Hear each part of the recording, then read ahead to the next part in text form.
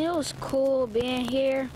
The president, I gotta thank him for enjoying us to come here to the White House.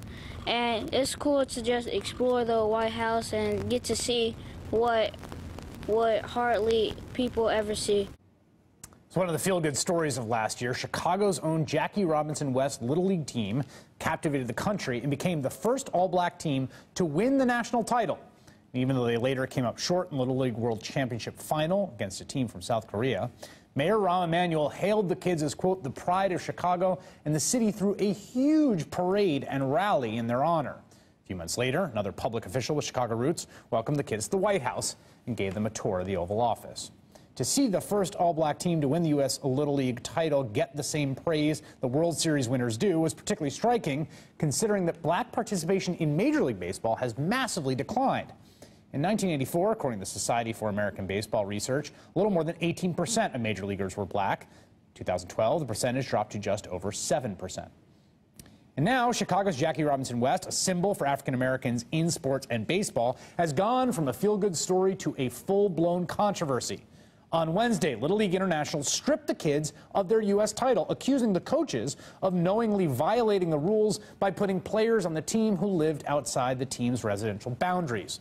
Now, the person who brought this to everyone's attention is Little League official Chris Janes from neighboring and rival Evergreen Park Athletic Association, who had seen one of his teams demolished by Jackie Robinson West 43-2 last year, and who in October, according to DNA Info Chicago, accused Jackie Robinson West of, quote, manipulating, bending, and blatantly breaking the rules for the sole purpose of winning at all costs.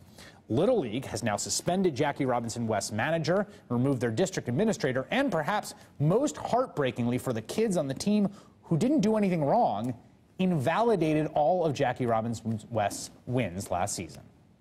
We went down there to play baseball, and we weren't involved in anything that could have caused us to be stripped of our championship, but we do know that we're champions, our parents know we're champions, and the team's parents know we're champions, and Chicago knows we're champions.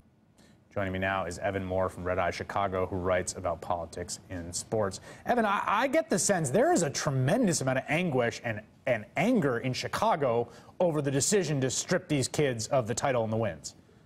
Yeah, you can feel the tension everywhere you go, in person, social media, Twitter, Facebook, everyone is talking about it.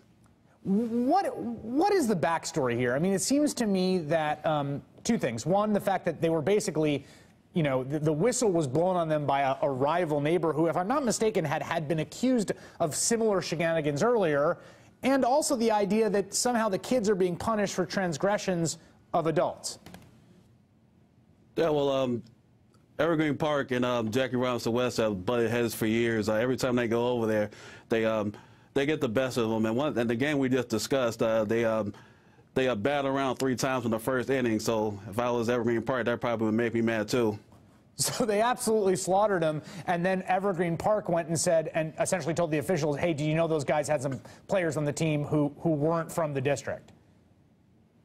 Yeah, it's tough, and I can see why people are questioning Chris James' timing, because this game happened so long ago. That's what's so weird about it. He comes forward in October of last year, after all this has gone down, after they've come back triumphant. That's when he came forward with this information. I don't quite get the timing on it.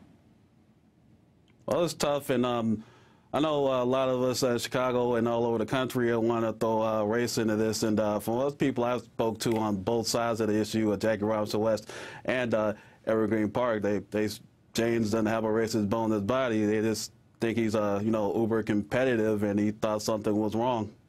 You also had some reporting that there had been scuttlebutt in neighboring Southside black teams, that Jackie Robinson had sort of been pretty lenient with how they considered the geographical area they were taking players from.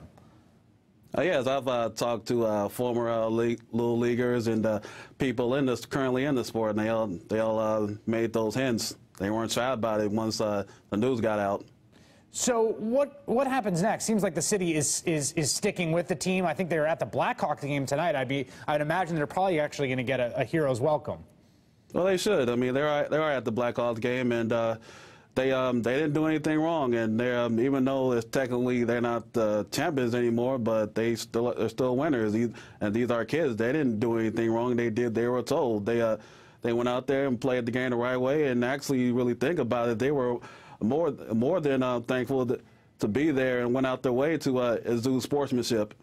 Evan Moore, thanks for joining us. Thank you. All right, should an atheist or Muslim or anyone for that matter have to condemn acts of violence by people who share their beliefs? We're going to talk about that ahead.